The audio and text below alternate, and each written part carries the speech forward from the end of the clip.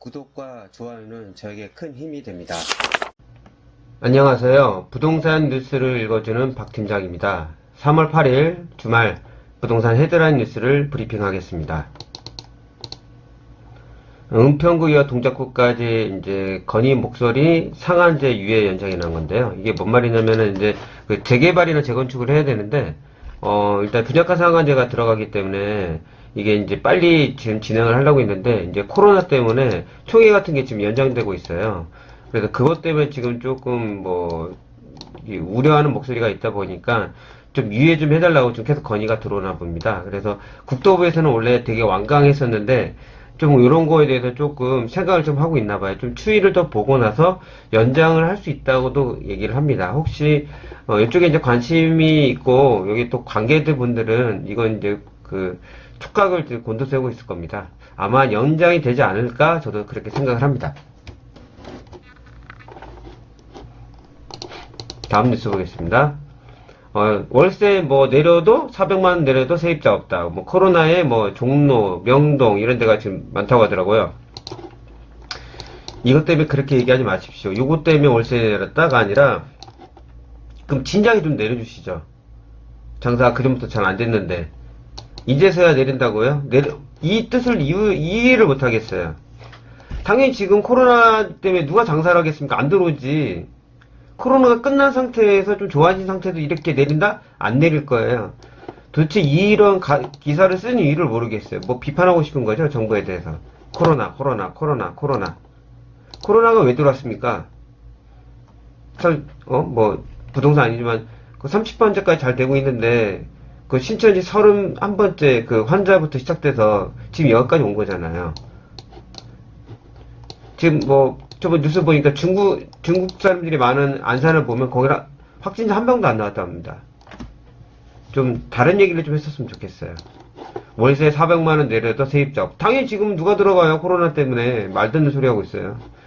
좀 제대로 된 뉴스가 나왔으면 좋겠습니다.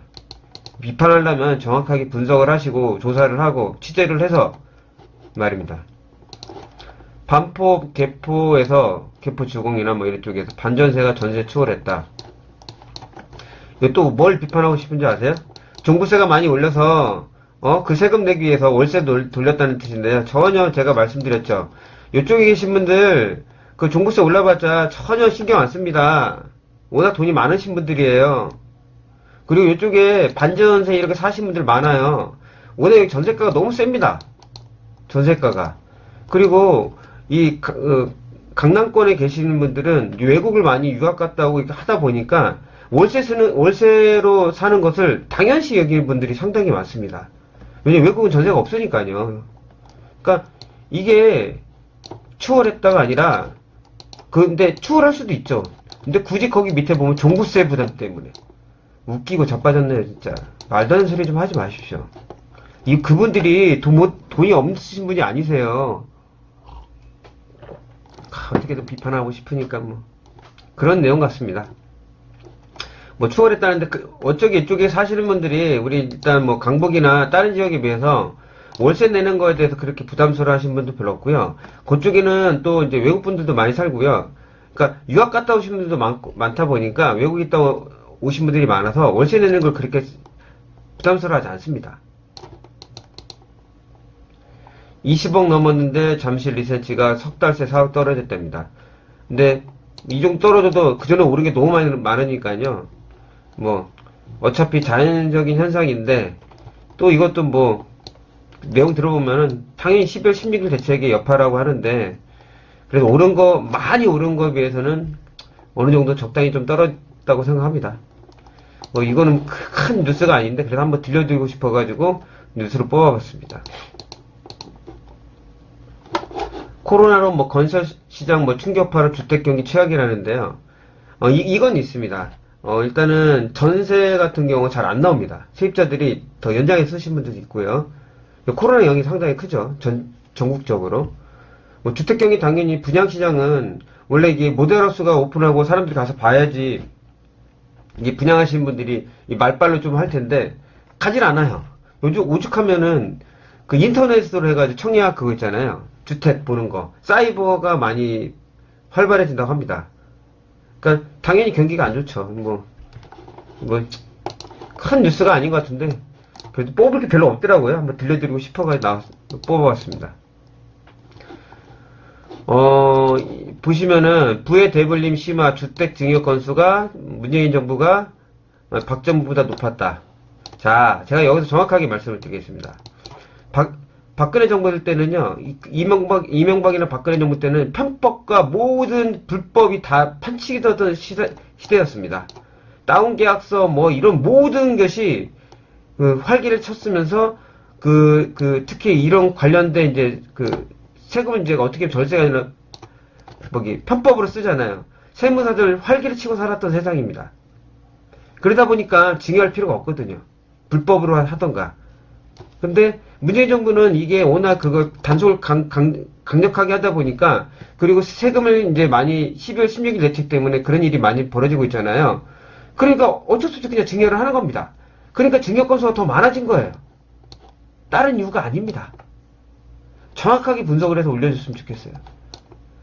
어떻게 약간의 그 제목으로 좀 비판을 하고 싶은 건데 전혀 아닙니다. 안을 들여다보면요. 정확합니다. 저는 부동산을 그때부터 계속 했기 때문에 이명박 때 했었고 박근혜 때 계속 했는데 편법과 진짜 불법이 판치던 시대였습니다. 그거는 웬만한 사람, 부동산에 관심 있는 사람 다 알고 있는 내용입니다. 어쩔 수 없이 세금을 많이 내니까 이제 증여를 하는 거예요. 그리고 워낙 들여다보는 게 있으니까 불법을 할 수가 없습니다. 어떻게 해가지고 증여가 아니 이렇게 해가지고 우리 자식들한테 그냥 파는 걸로 해서 행동을 되게 많이 했거든요. 증여 아닌 걸로. 근데 그게 안 할 수가 없어요. 증여로 불법을 하다가 나중에 세금이 더 많이 나오니까 당연히 건수가 많아질 수밖에 없습니다.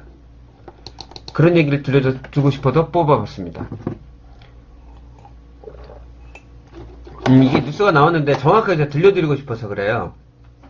이 서울이나 이 수도권도 조금 전철역 근처나 대학가 근처 아닌 오피스텔은요, 그 지방에서 웬만하면 무조건 실패한다고 보셔야 됩니다. 그냥 수익 보장, 얼마큼 평생을 보장하는 게 아니잖아요. 제가 들어와서 이 법인들은 그냥 폐업하고 그냥 거기 없애버리면은 끝입니다. 누가 보장해주질 않아요. 법인 사업자 같은 경우는요, 예를 들어 하나만 설명드리면은 100%가 있잖아요. 한 명이 50%만 넘지 않고 보통 한 3명이나 하거든요. 33%, 33% 이렇게 갖고 있습니다. 근데 이 법인이 폐업이 됐어요. 나중에 해가지고 돈이 세금을 내야 되는데 모르는 문제 있는데 책임질 사람이 없습니다. 그런 것까지 알고 들어가셔야 됩니다. 지방 같은 경우는 오피스텔 같은 거 너무 싸다고 퍽 잡으시면 안 됩니다. 잘 분석을 하셔야 돼요. 제가 그 지역에 살고 있는 게 아니다 보니까 내가 정확히 어디지 설명을 못 드리겠지만은 아닌 지역도 있겠죠. 근데 평균 이상적으로 보면은 안 좋습니다. 정말 조심하셔야 됩니다. 너무 싸고 어떤 수입 보장한다고 해가지고 그 수입 보장이면 본인들이 해야지 왜 그걸 분양합니까? 그 수입 보장이라는데 현혹되지 않으셨으면 좋겠습니다. 그래서 제가 이런 내용을 뽑아봤습니다. 주말인데 많은 뉴스는 아니고요. 그래도 들려드리고 싶었던 거 제 제목을 뽑아서 들려드렸고요. 마지막 하루 일요일 잘 보내시고요. 우리 코로나 때문에 힘드신 우리 대한민국 국민 다 파이팅 하시길 바랍니다. 즐거운 하루 보내세요.